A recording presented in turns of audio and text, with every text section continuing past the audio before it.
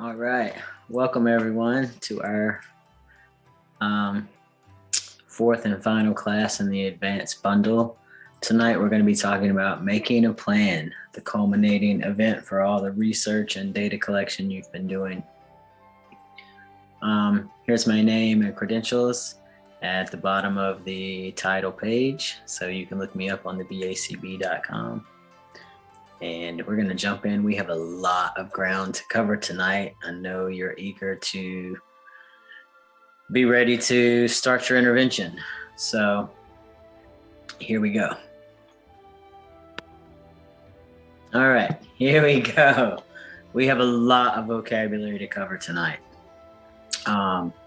This is by no means an all-encompassing, all-inclusive list, but I think by going through these foundational concepts first, you'll know basically the puzzle pieces that we're going to be dealing with, all the things that we have to maintain consideration of as we devise a plan. So we're just going to jump in. First of all, we're going to be looking at what we call motivating operations. It's basically when we talk about here it is, motivates us, what encourages us, like what sparks us to want to do something, what makes us to desire to want to do something.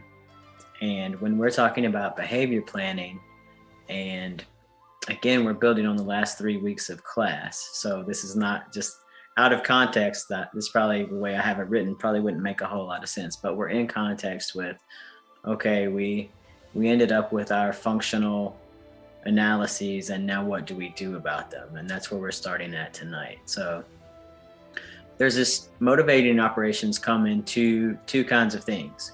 You can either have establishing operations to establish something, right? It's basically, what it means is when you manipulate the antecedent event so that you momentarily increase the power of a reinforcer or a punisher. And we're going to review those again, what reinforcers and punishers are. But this rolls right into the concept of deprivation, which is huge. You see that those are highlighted on this page, deprivation and saturation. Those are the two terms I want you to come away with, holding and knowing and understanding their significance. This establishing operations and abolishing operations, that's the science. The deprivation and the saturation is like, oh, let's get it down into terms that we can understand and apply. So deprivation basically means we're going to limit access to the reinforcer because it increases the desire for the reinforcer. That makes it an establishing operation. So for instance, if you're using M&Ms for a reinforcer in order to increase its establishing operation, you're going to limit access to it. So if you're using it for behavior A, you're going to make sure that you're not just giving M&Ms all the time for everything, right? So deprivation, you want to make sure that things are limited so that they are very powerful. And then you have abolishing operations. And it's basically when you take those antecedent events and you manipulate them in a way that it momentarily decreases the power of the reinforcer or the punisher, right? And that's when you have things like saturation. When you have too much of the reinforcer, it decreases desire for the reinforcer. No matter how much you love something, if you have it every day and every day and every day, eventually your desire for it is going to diminish. So saturation means we can get too much of a good thing and then we don't really want it anymore. So let's say that you can expect that right after receiving a reinforcer, its power is diminished, right? So your kid did whatever they needed to do. They got the reinforcer. That receiving that reinforcer acts as the antecedent for the next behavior. You can expect that immediately afterwards, there might be a period where the power of that reinforcer is going to be diminished because they just had it, right?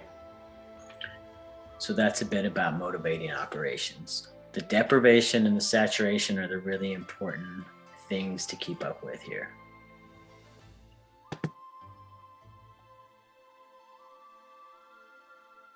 Consequences.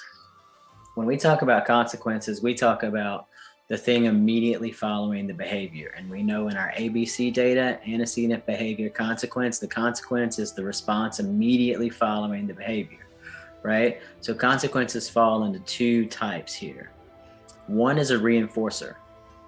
A reinforcer is any response that follows the exhibition of a behavior that increases the likelihood of that behavior happening again, right? You don't have to get into the negative and positive stuff. We're not going to get into that tonight. Like what's a negative reinforcer, what's a positive reinforcer, what's a negative. Just know that you have a behavior and a reinforcer increases the chance of it happening again, right? And then you have the punisher, which is any response that follows the exhibition of a behavior, but it decreases the likelihood of it happening again, right? So you have a behavior, reinforcer, increases the chance of it happening again. You have a behavior, you have a punisher, it decreases the chance of it happening again. Right? That's a review from early on. Replacement behaviors. What are replacement behaviors? And we've talked about all these before. Like these are just, again, bringing in things that you need to be able to devise your plan, to have fresh in your memory.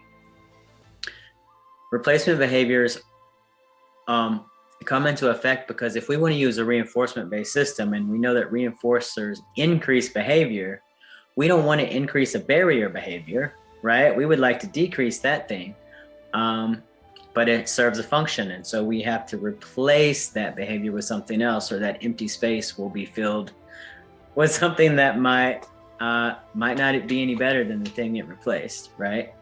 So when we're thinking about replacement behaviors, things to take the place of the existing barrier behaviors, that's what we're talking about. We're going to use them instead of the current barrier behavior. They have to serve the same function. You can't take a behavior that's being exhibited in order to get someone's attention and then give them a behavior that teaches them to take a time out, right? Because they don't serve the same function. So you can teach them that second behavior, but it's not going to work as a tool to get them attention, right? Does that make sense? So they have to serve the same function. Replacement behaviors just basically need to be safe. They need to be simple to understand, easy to perform, socially acceptable, right? And then the huge one is that the person performing the behavior has to already have the behavior in their repertoire or the prerequisite skills to put that behavior together, right? For instance, let's say we're in a school classroom and there's a kid who loses his work all the time, can never find it to turn it in. And so he's like, his grades aren't great, but it's not because he's not doing the work, it's because it just like never gets turned in. And so we might want to make a replacement behavior where he puts his work in a designated box on the teacher's desk. Okay, I'm just making this up as we go along. So in order to complete that replacement behavior, it's brand new. He doesn't already have that behavior. He doesn't already go up and put it in this box, but is he able to walk?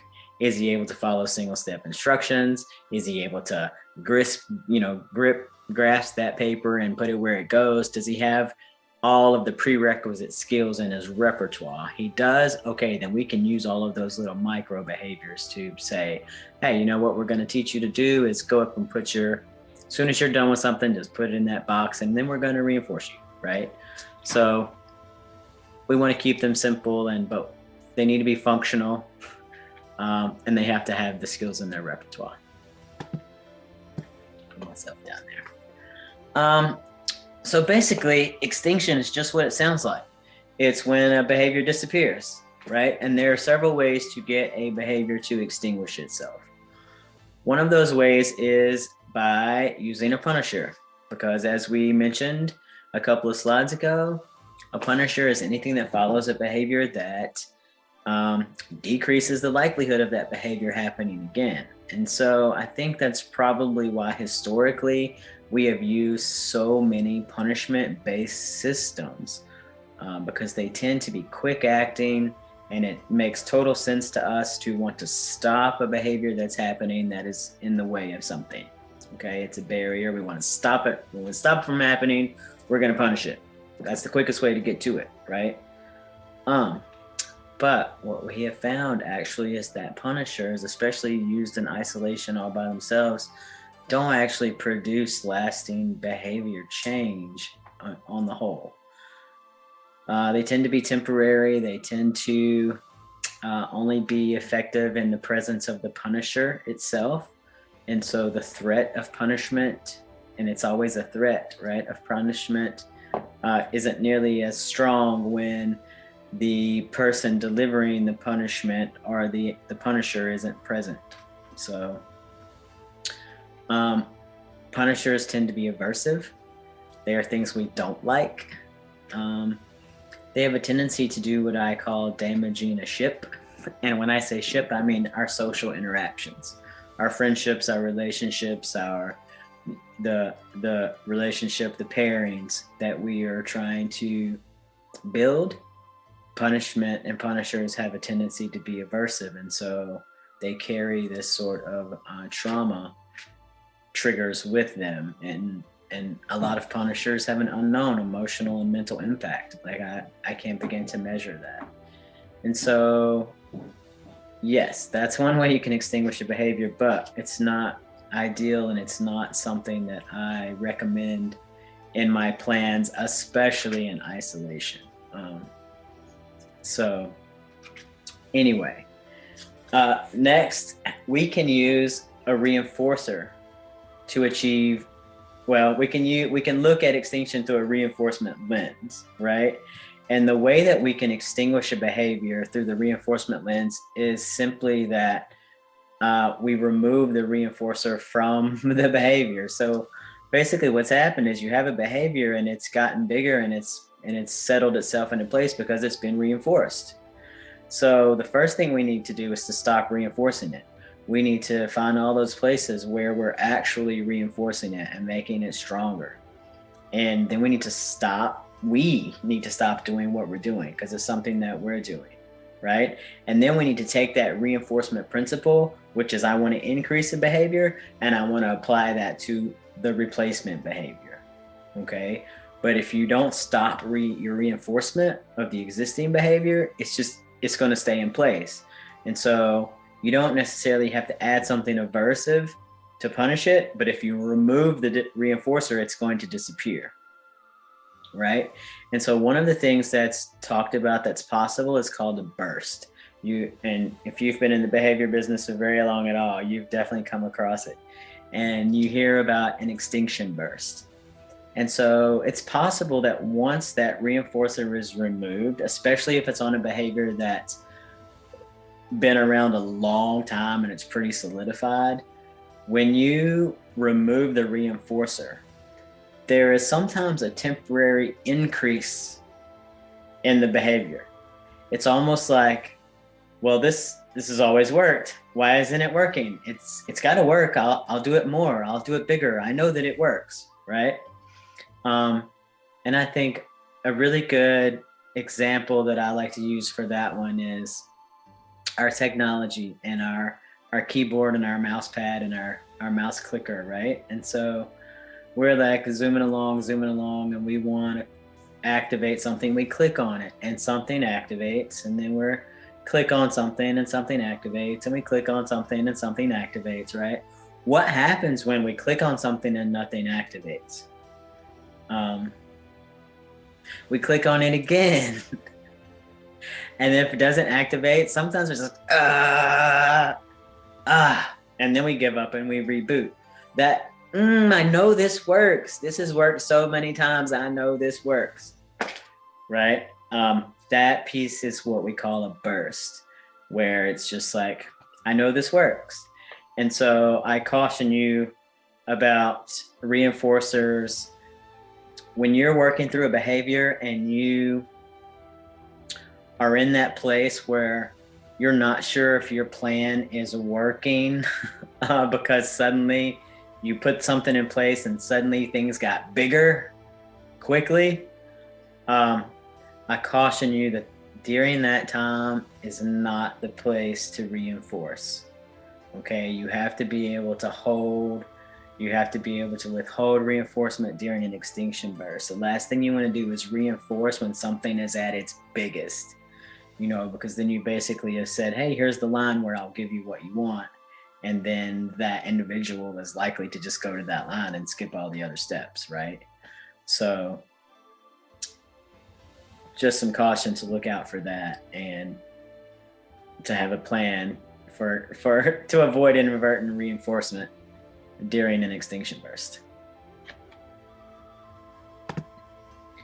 All right, we have contingency, right? We're moving right along in our vocabulary.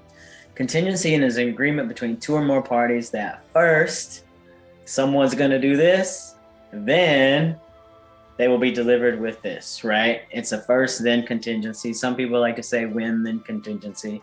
But basically, it's an agreement. It's a negotiation. If you are setting contingencies without the input of the person performing the contingency, then you're not going to have buy-in, right? This contingencies have to do with, first, I do what you would like me to, and then I receive a payoff for that, right?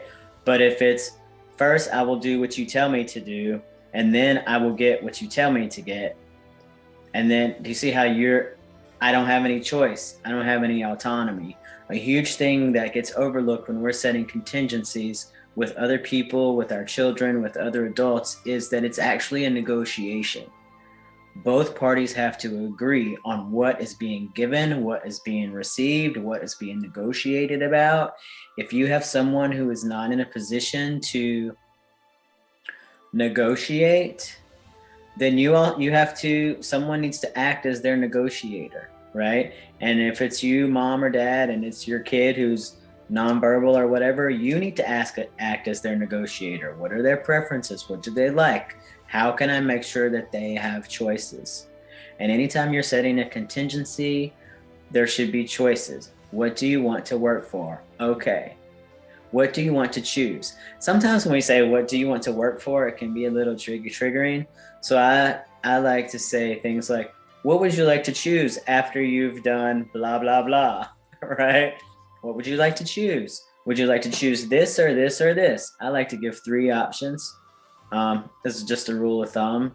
Any more than that gets to be too many to pick from, right? But we'll get into that. And so anyway, setting those contingencies creates pairings between the behavior and the reinforcer. That's what you want to happen. You want to create, well, it could create it with the punisher too, so you got to be careful. So you want your contingencies to create a pairing. This behavior results in this reinforcer. Behavior, reinforcer, right? Go together. So that's the pairing that you're looking for.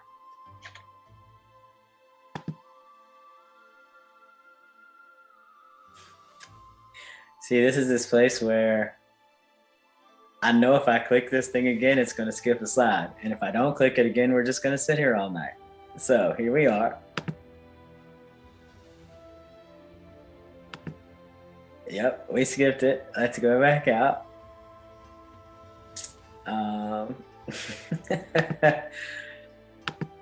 With so much to cover, this is how it wants to give it to us tonight, huh?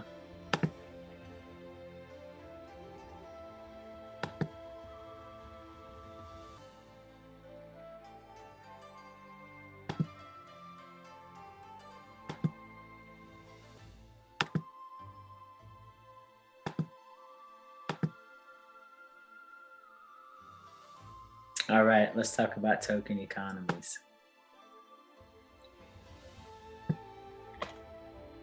Basically, token economies are exchange systems.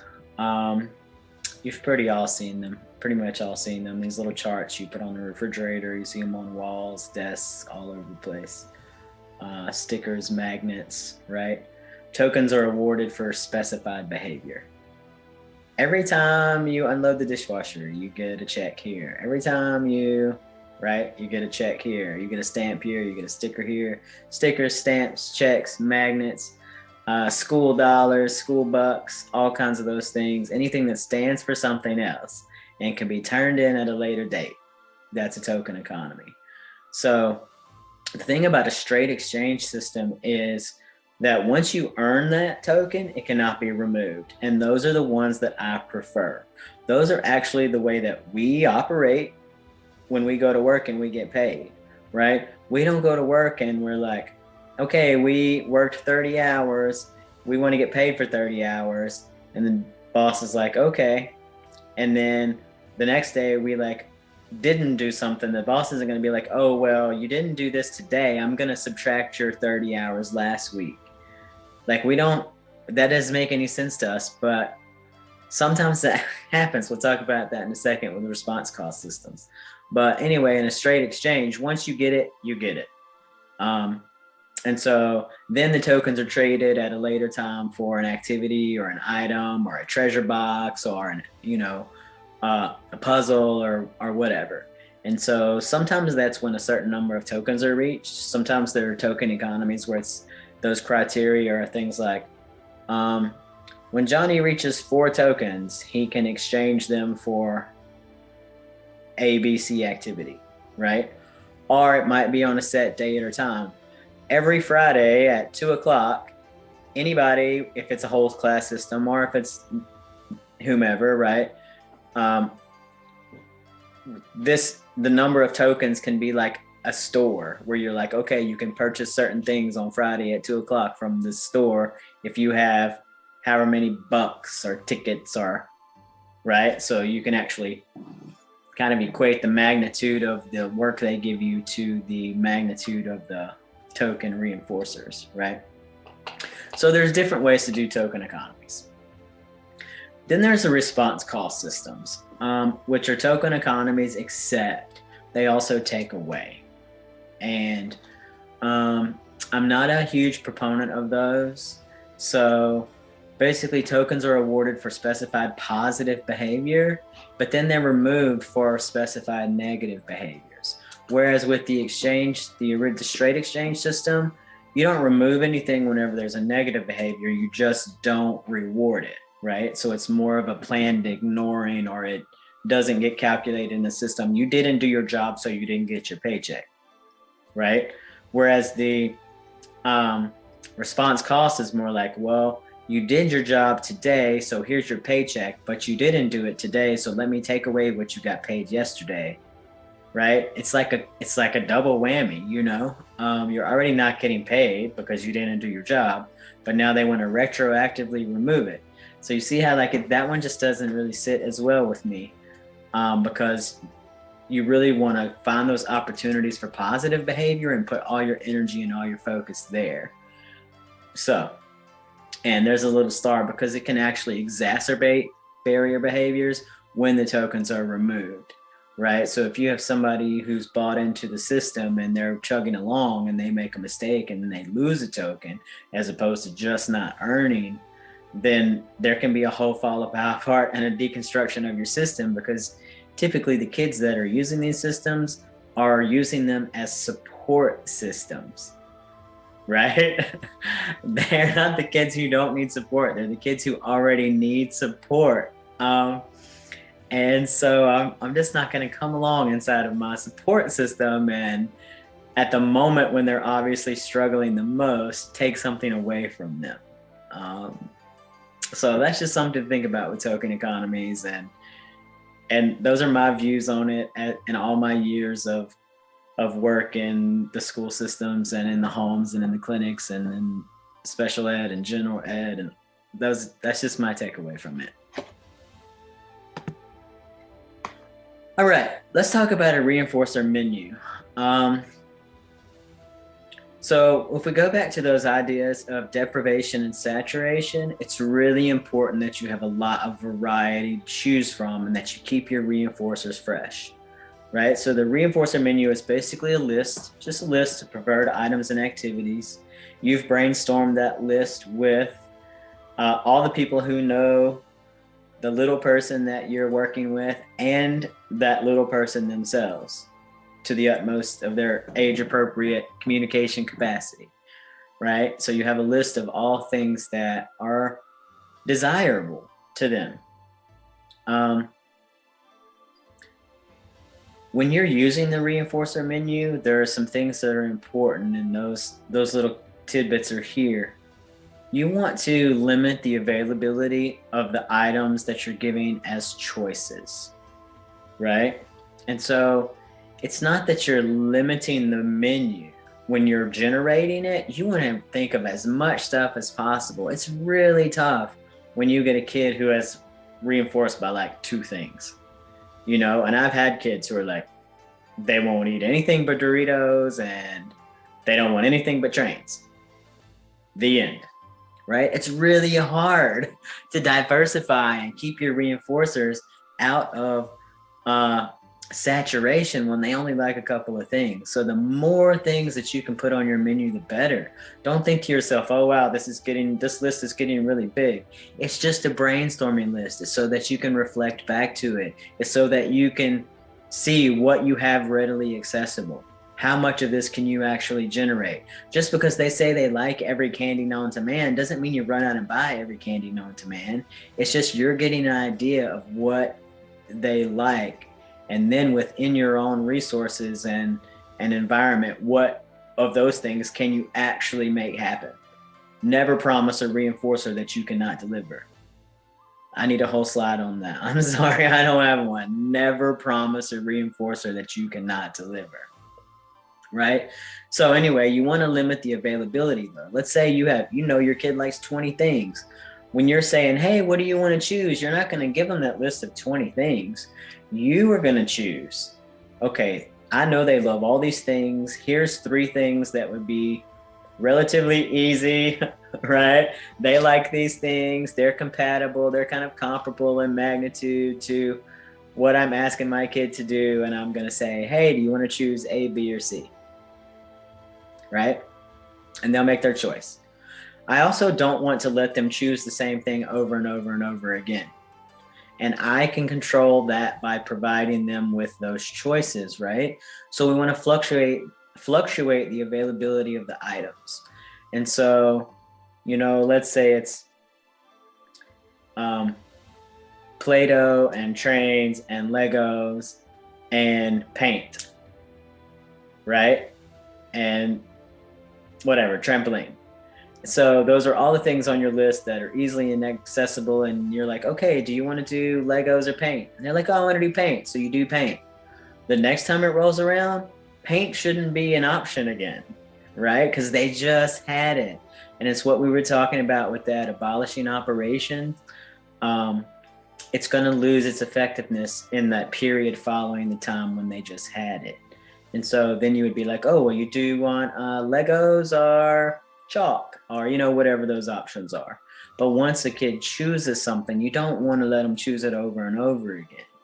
And so I see that a lot where a kid will say, oh, I want computer time. Okay, what are you choosing now? Computer time. What are you choosing now? Computer time. What are you choosing now? Computer time.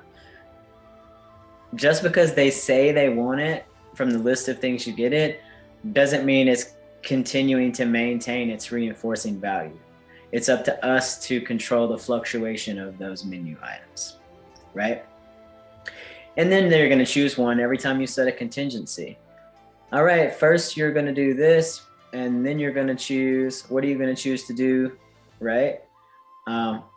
What's your choice? However you want to say it. And then you want to make sure that reinforcing menu is heavy with functional reinforcers. What am I talking about? Right? It's all about the function. We have spent weeks now talking about the function and the importance of the function. And last week, if we decided that a kid is doing A, B, and C to get adult attention, right? And we want to replace A, B, and C with something that works better and safer and is more connected for everyone. And we want to set up reinforcers for that. We need to make sure that the reinforcer actually delivers the adult attention, because that's what the first behavior was for. You know, if the kid is calling names and making insulting, rude comments, we had that kid last week, a week before or something, in one of our examples where they were making these rude, last week I believe it was, they were making these rude comments. And you know, if we decided it was to access adult attention, when we're generating a reinforcer menu, we want to make sure that heavy on that menu is our opportunities to access adult attention. And so let's say that replacement behavior is, instead of making the rude comments, right? I mean, we could just be real simple and be like, hey, can I talk to you? Or, hey, can I tell you a joke? Or like, we can teach them to tell a joke, right? But whatever we deliver on the heels of that, the reinforcer for that needs to be some kind of adult attention. And if it's, oh, we're teaching them to do this behavior and now they're going to the computer, you see how it's not function based. So that menu that we generate, even though we might say, oh, my kid likes Cheetos and Doritos, and they like to listen to music with their headphones on, and they like to play the computer, and they like to, nothing I've listed yet has been anything that's going to get you adult attention. So when you're listing those things out, keep your function in mind and make sure that you have a heavy number so that you can choose to make sure you're matching up your reinforcers to your functions.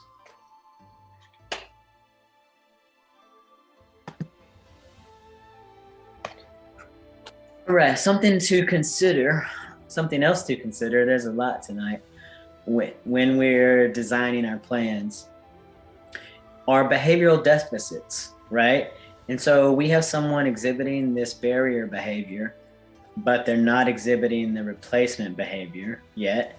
And so we have to ask ourselves some things. Are we looking at a skill deficit? Does the person lack the skill required to perform the behavior? Right? Do they just not know how to do it? And if that answer is they just don't know how to do it, it's a skill deficit, then first we have to do some teaching and some modeling and some practicing. First, we have to overcome the skill deficit. We can't ask someone to exhibit a behavior that they don't have the skill to exhibit, right? You know, for instance, if I have a kid who is nonverbal, I'm not going to ask him to tell me when something's wrong. You know, I'm not gonna ask him to use his words, which I've heard this happen before with a kid that's nonverbal, and somebody will just say, just use your words. And I'm like, they actually don't have the skill to do that thing you're requesting them to do, right? And so we would need to teach some things, right? The other thing is a performance deficit. This happens when the person has all the skills. You know they have the skills. You've seen them exhibit the skills. You may have seen them exhibit the whole behavior on multiple occasions, but for whatever reason, they're not performing the behavior, right? And so it's not that you need to teach them the skill to do it. It's that you have to figure out why. Why is this happening? We're all the way back to function, right? We have to start looking at things like motivating operations. Is something in the antecedent in the way? We always need to ask ourselves if there are any medical limitations, right? Is this person not performing this skill because medically they're limited and they cannot, you know? And I think a big one is we need to ask ourselves, are they not performing this skill because they don't have the opportunity to do so? Do they have limited opportunities? And so let's say that once a week they're expected to do this behavior. And it only comes up once a week when they're expected to do it. But every time that once a week comes around, they're not able to achieve it on demand. But their opportunities to be successful at it are exactly once a week. Right? Do you see how we're not really going to overcome any kind of performance deficit when our opportunities are so limited to actually perform the thing? So these are just things to think about when we're looking at the deficit. It's pretty important to identify if we're looking at a skill deficit or if we're looking at a performance deficit. And if we can't figure it out, if we can't determine that it's not a skill deficit, then I think we need to proceed as though it is. If we can't rule out a skill deficit, then it's time to teach it, model it, practice it, right? All right, baseline. What is baseline? When we get ready to go into behavior planning, first of all, we took a bunch of data. It helped us. We analyzed it. We found the function. We used all that data to find the function. Sometimes the data that we use to find the function can just be carried right on forward. And we can keep using it while we go into the behavior plan. Quite often what happens is we're making a plan, which means that we're now putting intervention in place, and we need a baseline to know where we are. Okay? So some of the questions we need to ask ourselves when we're trying to figure out what is our baseline, what is our starting point? Because we have an idea in mind of our goal, right? But it's not enough to know what our goal is. If we don't know where we're starting, then we don't know what we need. We don't know what steps we need to take, right? And so some things to ask yourself is, number one, what are we trying to change here? Right? When we're looking at the behavior, what is the topography of the behavior we're trying to change? If you remember, topography means just what does it look like? What's the describable, measurable, observable factors related to this behavior? How do we want to change those? What's the frequency? How do we want to change those? What's the duration? Are we tracking duration? Is that what we're looking at? Do we want to take something that's taking my kid an hour to do 5 math problems? I would like him to do it in 10 minutes. Are we tracking duration? Like, right? What are we tracking? Intensity. It's this big. We want it to get this big. Or something's this big. We want it to get bigger. Somebody talks, but it's so soft you can't hear them. We might want to increase the intensity of their volume, right? Is that what we're doing? Are we looking at latency? It's taking this kid 15 minutes from when you say go to when he moves. It's 15 minutes. There's a latency there. We gotta get some momentum going, right? Or right, we needed to get it smaller. Or is it I don't even get my sentence out of my mouth and the kid's already answering and they don't even know what I asked yet. Maybe I need to increase the latency. Maybe I need to do a wait protocol. Maybe I need to teach this person to pause for 30 seconds before, pause for 5 seconds before, right? So for this, whatever particular case it is you're looking at, what is it you're trying to change? What is that piece that you need to, manipulate or adjust in order to get a different result? And then the huge question is, where are we right now on those pieces that you just identified? And maybe we know that answer from the functional data we just took, but maybe we don't. Maybe we need to, as we put this in place, we need to be tracking it, right? But the whole point of having a baseline is so that you can track movement in the direction that you want to go. You can know how you're moving. If you don't know where you are, you don't know if you're taking steps toward a goal, right? So that's the whole concept of baseline. What is it we want to change, and where are we right now? Okay. So that's all your vocabulary. And here we are ready to apply it we're going to pick up on the case study from last week, right? And work through it and generate all the process of making a plan. Ready?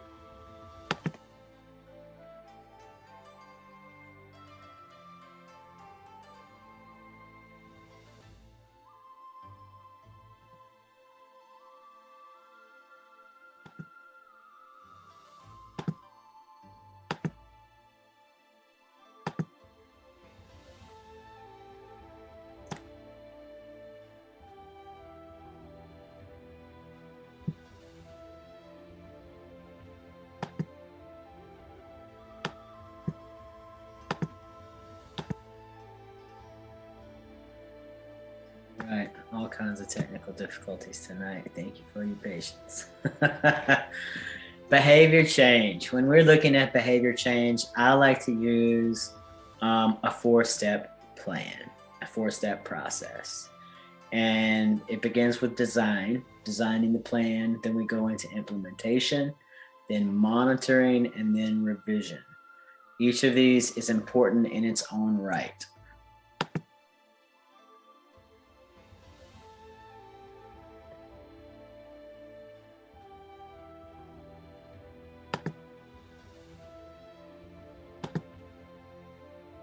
All right, designing a plan.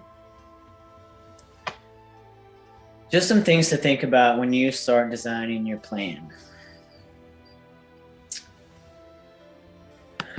All right, y'all, this is getting a little old.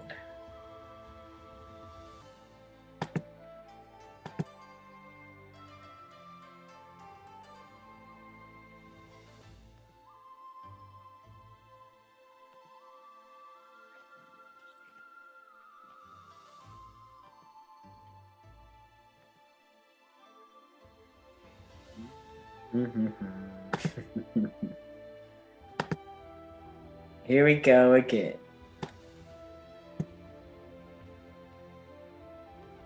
All right. Designing a plan. When you're working on your plan, it needs to fit within the confines of the environment, right? You would think that would be a no-brainer, but I can't tell you how many times I've seen someone try to fit a plan, a beautiful plan, a fantastic plan, into the confines of an environment where it just doesn't fit. And so quite often you'll see things that if you're in a medical clinic and you have someone working one-to-one with a technician, a registered behavior technician, you can put some pretty intensive, detailed micro behavior plans into place. You can control a lot of variables. You really have a lot of control over what comes in and out of that environment, what people come in and out, what reinforcers coming in and out. Parents are able to come in and out and get on-site training and stuff like that. It's a whole different environment than if you're, let's say, in a kindergarten classroom with 20 kids and one teacher. And you have a lot more limitations on the sort of plans that you can put together for a kid who is having difficulty with the behavior, right? So you really have to keep into consideration the confines and limitations of the environment in which you're working.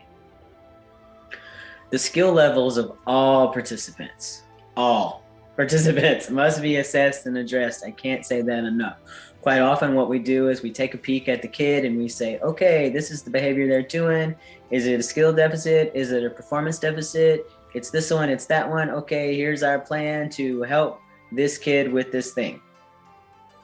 But what we need to also be doing is, who are the members of this plan? Who are the members of this team? Is it the teacher? Is it the instructional assistant? Is it an administrator? Is it a cafeteria worker?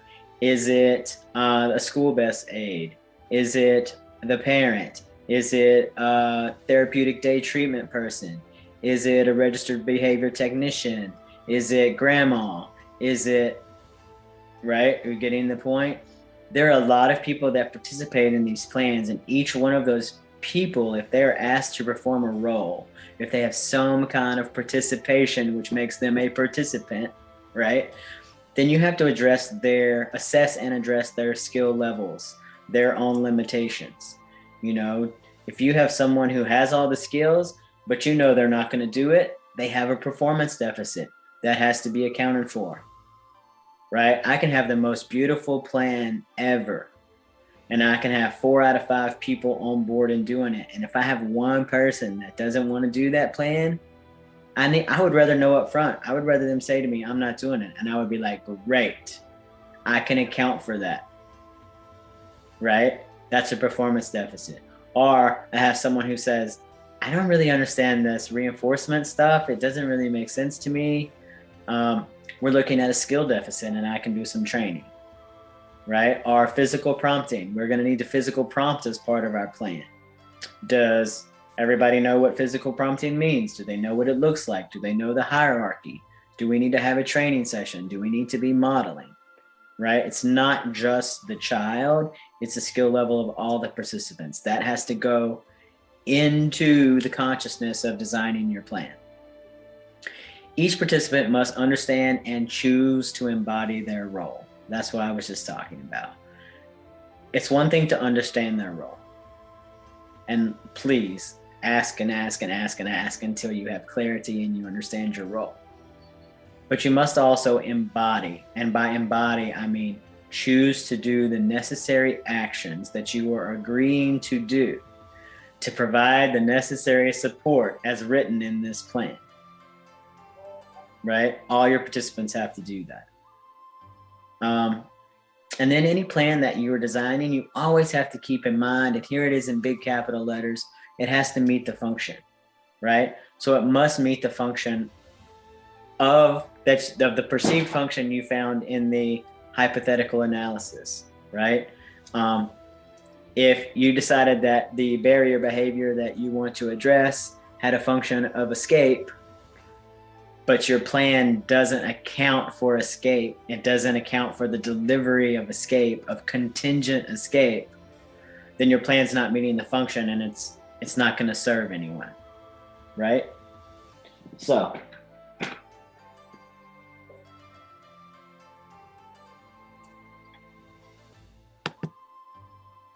this is the possible functional hypotheses from last week's case study, and the week before and the week before. It just kind of developed. We've been carrying it through as an example from week 1, right? And so I just pulled the functional hypotheses. If you want to know how we got to this, go back to last week's video. It was intense. It was a lot of data crunching, right? And we got to this. And so we ended up with these 2 possible functional hypotheses. So when Jay is playing video games and he's asked to turn the game off, he verbally and physically refuses in order to avoid transitioning to a less preferred activity, right? He had that, he doesn't mind letting go of the game. 75% of the time, if he could go to something else, he did, right? But 25% of that, if it was desired, he went 75% of the time. If it wasn't desired, he went like 14% of the time, right? So he had like 2. One was he really didn't want to go to what was next. And the other one was he really didn't want to stop what he was doing. So he had both of those functions going for him, making this doubly functioned very desirable, right? And so that's what we're starting with. And we want to take those tenets that we just went through designing a plan, and we want to apply it to what we know about Jay's situation. And we want to design a plan that's going to help Jay, right, transition basically from video games to whatever else is coming next, without mom having to go turn it off and unplug it and, taking it to these escalating places. So, design considerations. These are all things that we know from the previous classes that we have. And, in this process of you with your own case and what you've been doing, you want to look at what we just went through with designing a plan, and you want to go through each one of those for your own case and see if you can come up with some things that you need to consider. And that's what we did with this case. And here's how we generated things that need to be considered as part of our plan, right? It was agreed that mom needs some additional training on contingencies and inadvertent reinforcement of undesired behavior, because on some of her ABC data collection, we saw that she did a pretty good job with contingencies, but she needed a little more clarity there. And she definitely had some times where she inadvertently reinforced that behavior of continuing to play the game and ignoring her and clinching. And there were just some things that she just, was not intentionally, but unintentionally reinforcing. So we recognized that she needed some additional training, and that needs to go into place prior to the implementation. We are in the designing phase, right? So what part of the implementation is mom needs this training, right? So mom otherwise feels the home environment is safe and stable, and the analysts and no one else saw anything to contradict this, right? So then mom and Jay and related family members, anyone else that is going to be a part of this, need to meet to brainstorm a list of preferred reinforcers. Okay. If there's anyone who's going to be expected or who is going to be participating, they're going to be part of the reinforcer system. They're going to be a part of the antecedent system. They're going to be a part of the safety system. They're going to be a part of the alert system. Like whatever system they're going to be a part of, if they're going to be a part of it, they need to be involved in the brainstorming, okay, of the plan. It shouldn't be this case where someone who is going to be a participant in a plan, you just show up and you're like, oh, here's the plan. I need you to do this with this person and take this data. And I see that happening more than I would like to admit, right? And so we just want to make sure that people who are going to be part of the plan are part of the planning, right? So mom and Jay and related family members are going to meet. They're going to brainstorm a list of preferred reinforcers that they can have accessible to Jay. Mom and Jay and related family members need to negotiate the terms of their contingencies surrounding the video game transition. This is where they will talk about criteria, right? And mom also let it be known that she would like to use a token economy system for Jay's plan. And so we talked a little bit about token economy systems. And so that seemed to be a pretty reasonable request and idea. So with all of those things in place,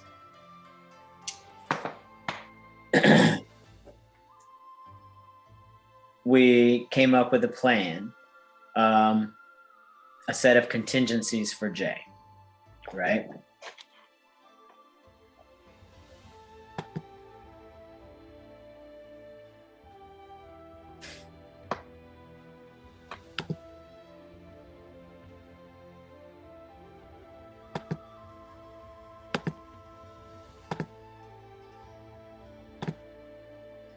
Oh my, oh my.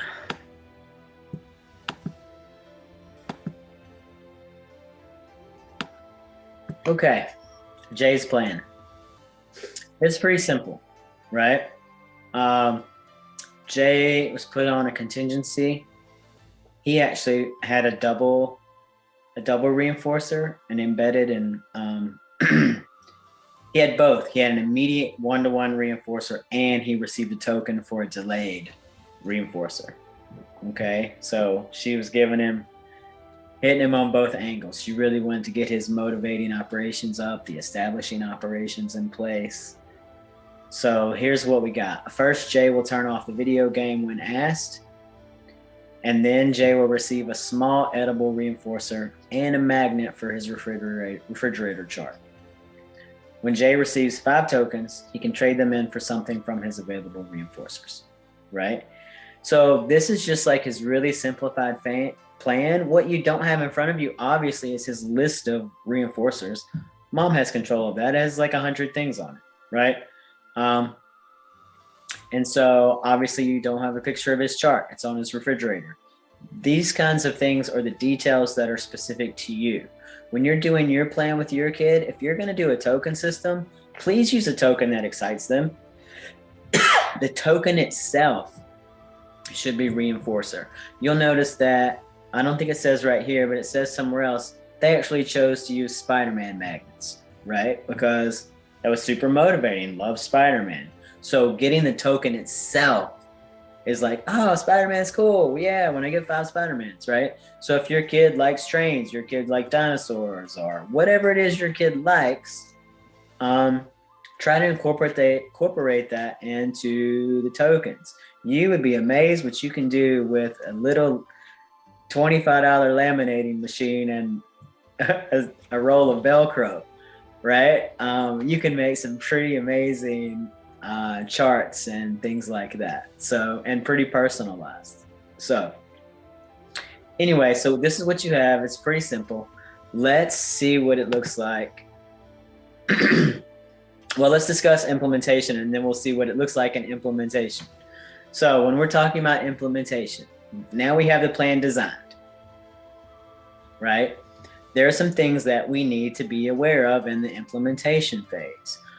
Number one, anything that you're using as a reinforcer needs to go on deprivation for all conditions outside of that contingency. So if the contingency is first, Jay's going to turn off the computer game when he's asked, then he's going to get a small edible reinforcer. What is it?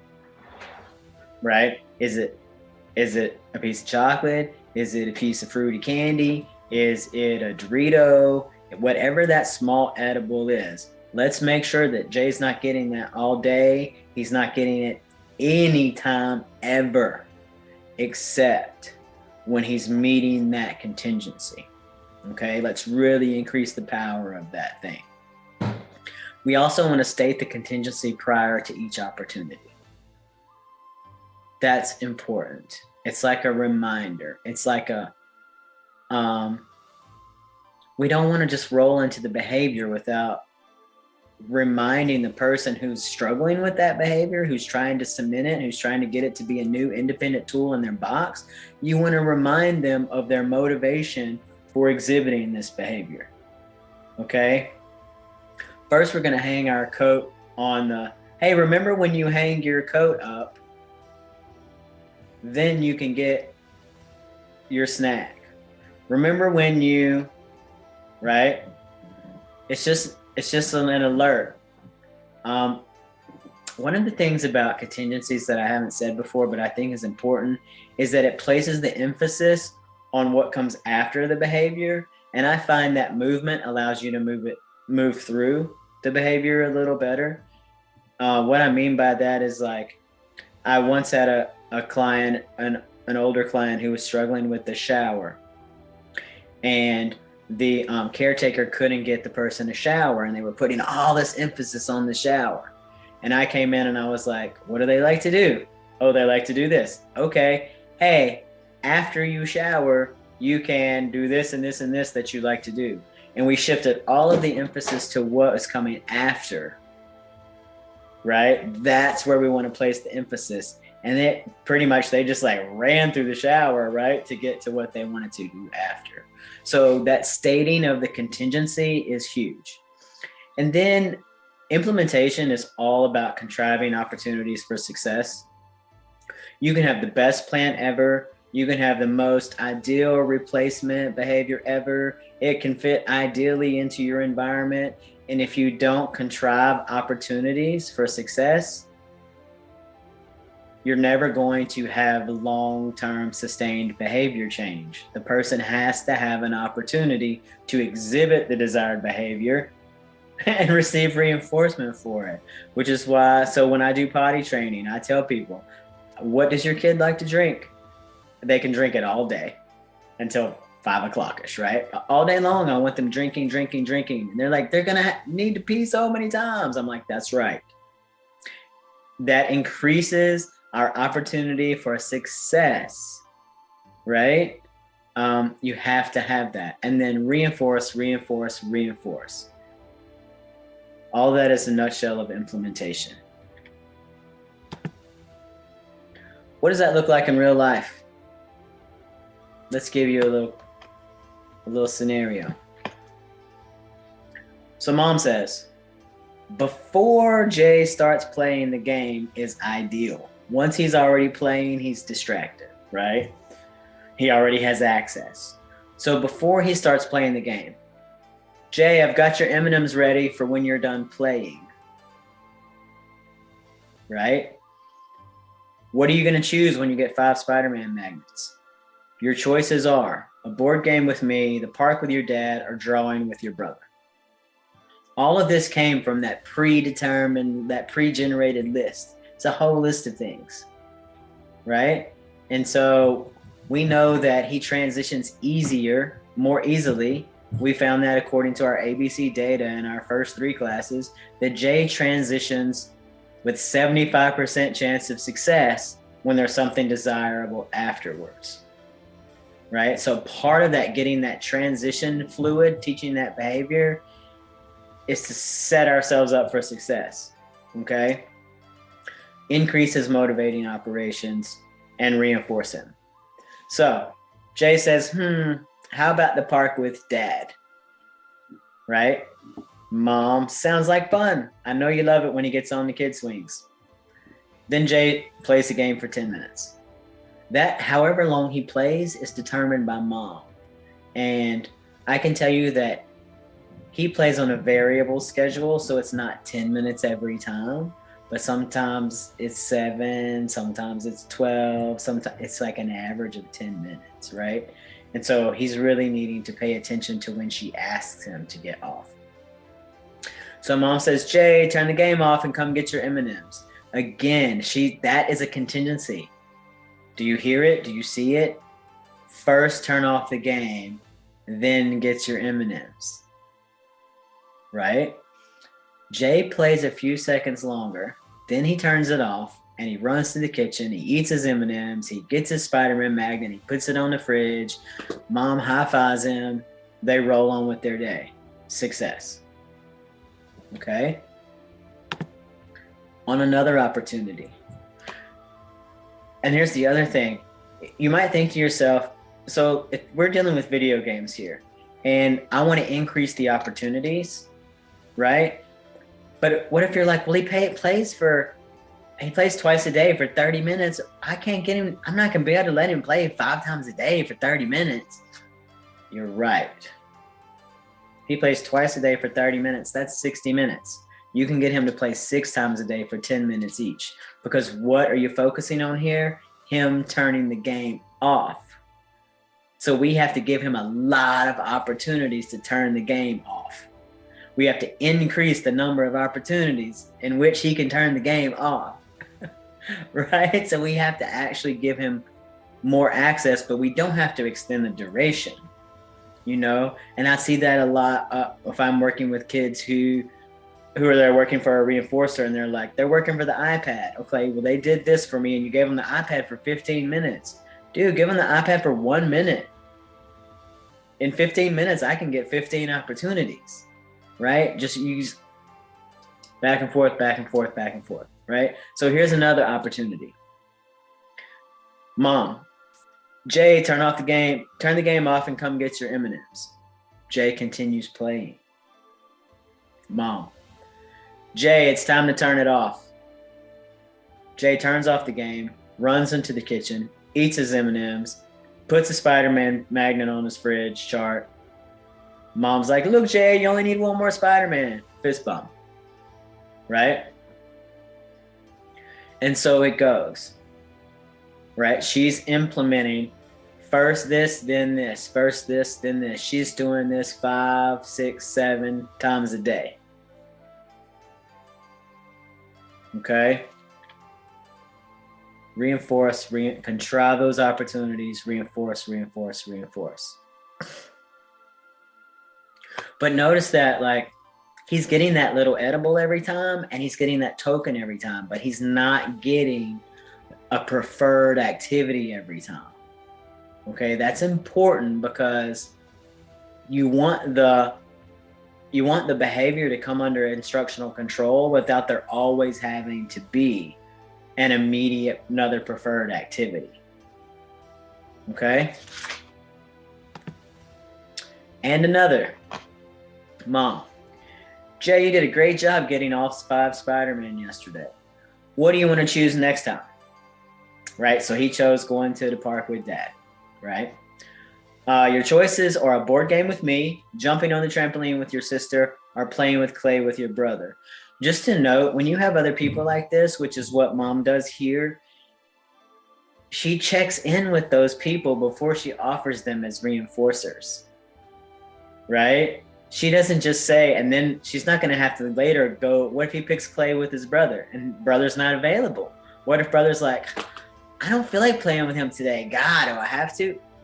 That's not going to be reinforcing, right? So first you got to check in and make sure anybody that you're offering up as a reinforcer is actually happy to be your reinforcer. Okay? So here's your choices. Board game with me, jumping on a trampoline with your sister, playing with clay with your brother. Jay, I want to go to the park with dad again. How do we handle that when they ask for something that we didn't give them as a choice? We don't negotiate that. There's a reason why dad's not a choice, because he just had him. He just went to the park with dad. We don't want him to choose that again because we want to maintain it as desirable. We'll put it back on the list tomorrow or the next day or when dad's available for the park again. So mom just simply says, sorry, buddy, that's not a choice today. Dad's not available. Today, your choices are board game with me, trampoline with your sister, or playing with clay with your brother. Right? If he just sat there and refused to choose, okay. Guess what? He's not playing the video game. Right? He knows, in order to play the video game, he has to play this game. So he chooses, and there's still desire. I mean, come on, these are things that he prefers. These are things he wants to do, right? So he might take a minute, but then, okay, he chooses trampoline with his sister, with S. He plays the game for 7 minutes. Mom tells him to turn it off. He keeps playing. She prompts him a second time. Jay, you need to turn it off. He keeps playing. Mom, Jay, remember that when you turn it off yourself, you get your candy and your magnet. When I turn it off, you don't get your candy or your magnet. Jay turns off the game, runs into the kitchen, eats his candy, puts his magnet on the fridge. A little note about this, because I know we talked about response costs earlier, and this might seem to you like response cost, and you might be like, oh, well, you took something away. I didn't take away anything he earned. I just reminded him, or mom just reminded him. The contingency is that when you turn this off, when I ask you to, you get your candy and you get your magnet. When you turn this off, you get these things. I'm just reminding you that. If you don't turn it off, you don't get these things. That's not the contingency, right? So when I turn it off, you don't get these things. You're just restating the contingency. And you'll see that when she restates it, he turns off the game, runs into the kitchen, eats his candy, puts his magnet on the fridge, and so it goes. Okay? For a 2-week period. When we're implementing a plan, we want to take a peek at it every couple of weeks.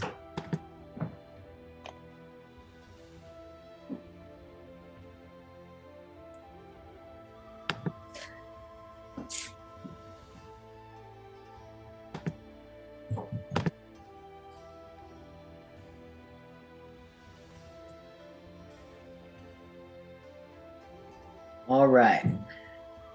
Monitoring. That's where we are. After we've been on a plan for a couple of weeks, we want to take a peek at it. We want to see, are we making progress? Which direction are we going, right? We want to see if we can find any patterns.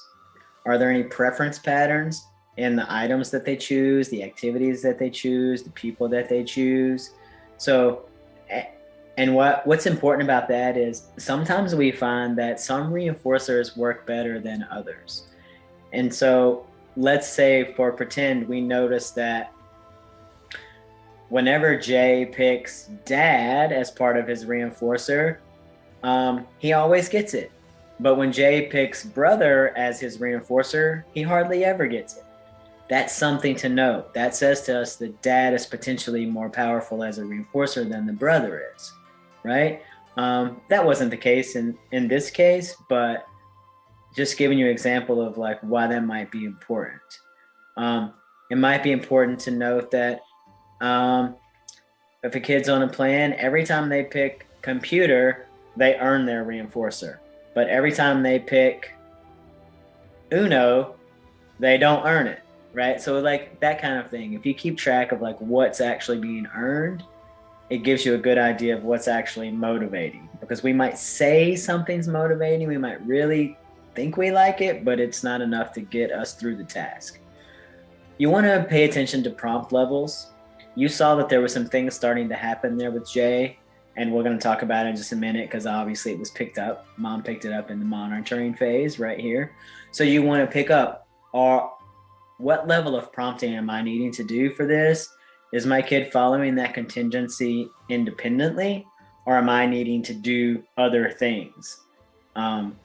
Right? And if I'm needing to do other things, do we need to possibly change the criteria? Because a contingency should really be an independent contract. It should be something that the child can do independently, right? And so there may need to be a criteria change either in the expectation or in the reinforcer. So, and then ongoing data collection. We want to just keep collecting data, and we want to do that every 2 weeks. Part of that monitoring could be like, what kind of data might we need to be collecting? Do we need to take a peek at, again, what we talked about in the onset of the plan, like what piece are we looking at? How do we know we're making progress there? Are we collecting a data that allows us to see if we're making progress there?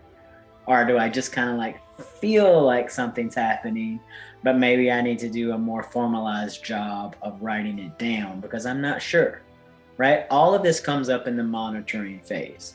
What are things? How are things going? Does anything need to change? The monitoring of Jay's plan kind of looked like this. We went through it with all of those things we just talked about. And these are the things that mom notes. As you can see, mom is the head of this plan in their home, right? So things that mom made a note of from the first 10 opportunities, right? Jay has only had one instance in 10 opportunities where mom had to turn the game off and he did not earn the reinforcer. He was very upset by this and cried for several minutes. Okay, this is mom's reporting. She also notes that in the beginning, he turned the game off within a few seconds. Now it seems, and she's not actually sure because in the beginning, she wasn't tracking data on this because it wasn't a problem. And we see that too, where something pokes up that we didn't anticipate.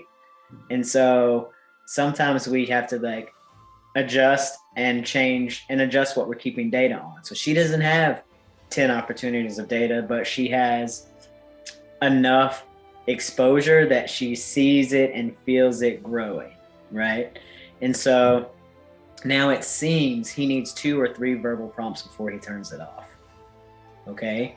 And so, we just note that mom notes that she needs to take data on that, right?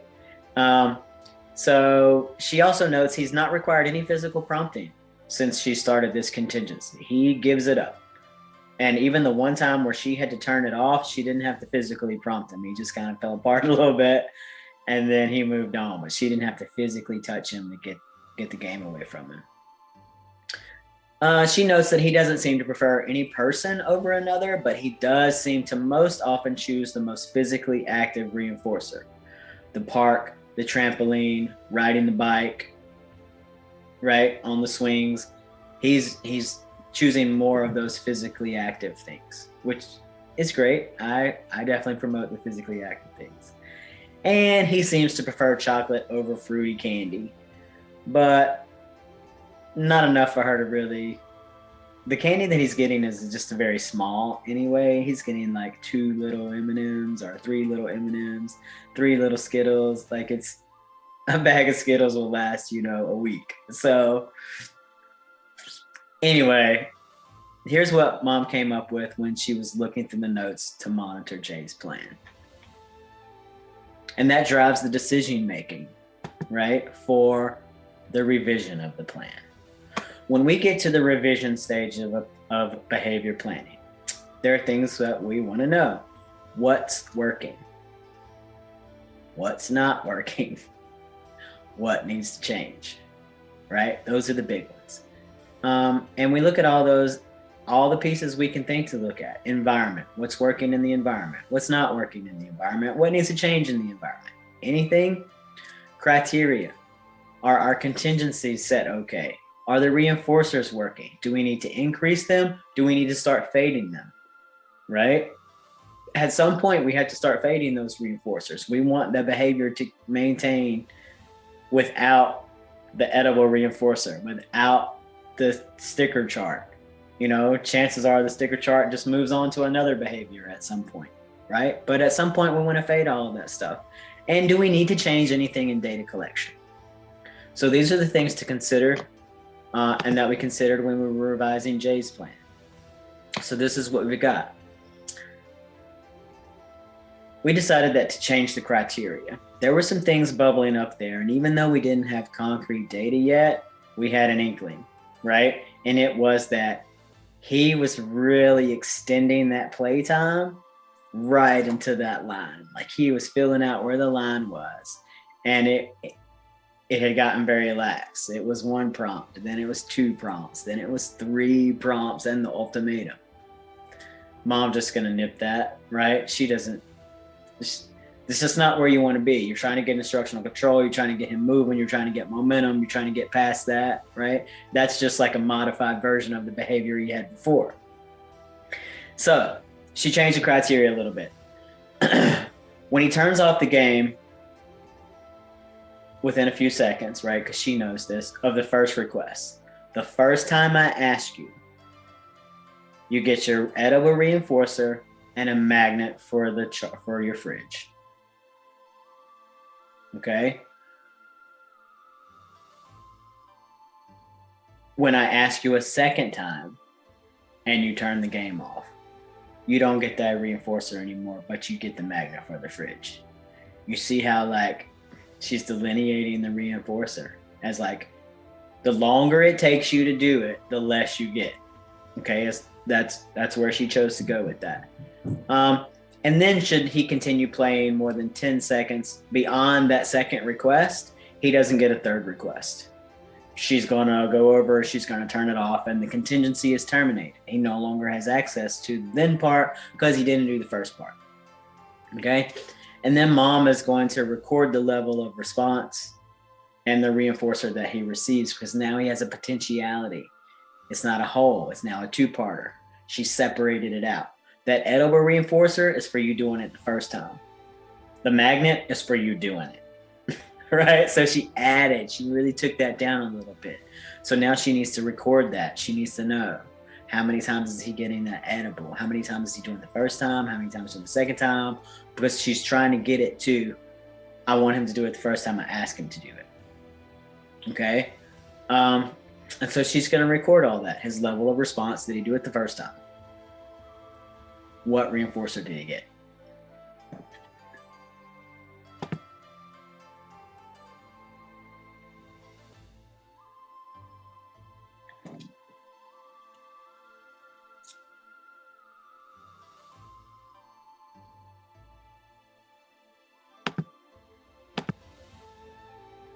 All right. She puts all these into place.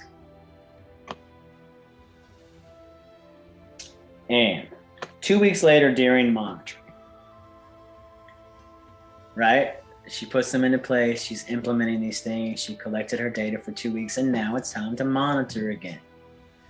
Mom makes these notes during this stage of monitoring. After a few times of not receiving the candy, Jay began consistently turning the game off within a few seconds of the first request. We know that candy is motivating for him. That's how we know that, because I didn't take but a couple of times of him being like, whoa, I don't get my candy if I don't do it right away. Let me get on that, right? So that's beautiful to note. During the most recent 4 days of opportunities, he's needed no prompts beyond that first request. She didn't really notice a difference in the type of candy he's choosing. But she would, after keeping it at this intensity of so many opportunities every day, she would like to decrease his opportunities and or the reinforcer value. Okay. So she's like, I'm giving him 4 M&Ms. Can I go to 3 every time?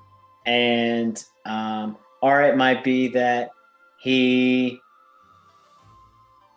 could potentially need 10 to get where he's at. Or it could be that instead of having 6 opportunities a day, he only has 3, because we do need to start dialing those back, right? So she's like, where can we start? He's doing great. We've been on it for 4 weeks at this point with a little bit of modification. Where can we start the fade?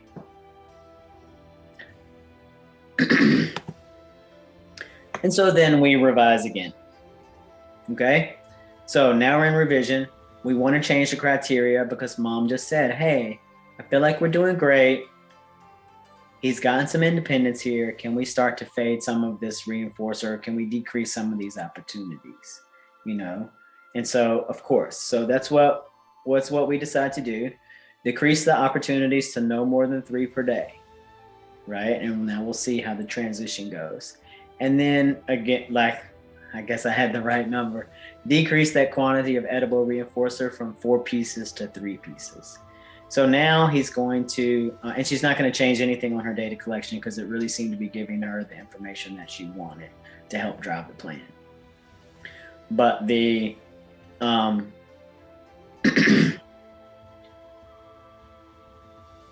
the revision for progress is being made.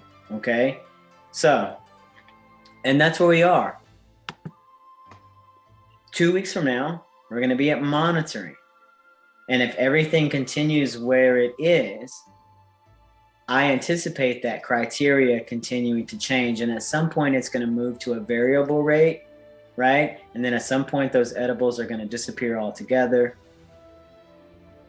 And that's going to be an easy transition, and the chart will disappear altogether, or they'll identify something else, okay?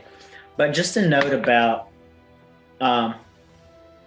behavior support plans, behavior intervention plans. They are meant to evolve. At no point should your plan be stagnant, because you put a plan in place and it's working and you're making progress, okay? If that plan is in place for too long, the child's going to outgrow it. They're going to progress beyond its capacity, and you're going to be holding them stagnant at a lower level of behavior than they can actually exhibit. I mean, at a lower level, yeah, then they can exhibit, right? They can exhibit better than that. You also can end up with sort of some dependency upon reinforcer dependency. If you don't start fading those reinforcers when they're ready for it, you just want to be evolving that plan. The other thing is, if you're on a plan for more than 2 weeks and it's not going well, you want to monitor that. You want to revise that. So if a plan is doing great, you want to revise it to accommodate the growth. If you're not seeing progress, you want to revise it because you might need to change something in the contingency or in the environment or the antecedents, or something needs to be changed. And if you're not seeing any movement up or down, your plan is stagnant and you need to revise it, right? So no matter what, your plans should be evolving. They should never be stagnant. And you want to be looking at that data every couple of weeks, but you don't want to do it less than a 2-week period, because what you end up with is you can have too low of a number of data points if you do it for less than a 2-week period. You want to make sure that you have enough to encompass establishing the pattern, right? And so the other thing is, like, if you're dealing with an extinction burst and you start to put pressure on that behavior and you see that increase is happening, you really want to give it that 2-week period to level out and see, is this really getting worse, or is this just the burst? Okay, so that's where we are. I appreciate you hanging with us for the last 4 weeks. It's through some pretty intensive behavior change. Please give us a comment or a like or feedback on our Wild Child Therapeutic Services Facebook page. if you have any feedback for us, or you can email us. So thank you so much.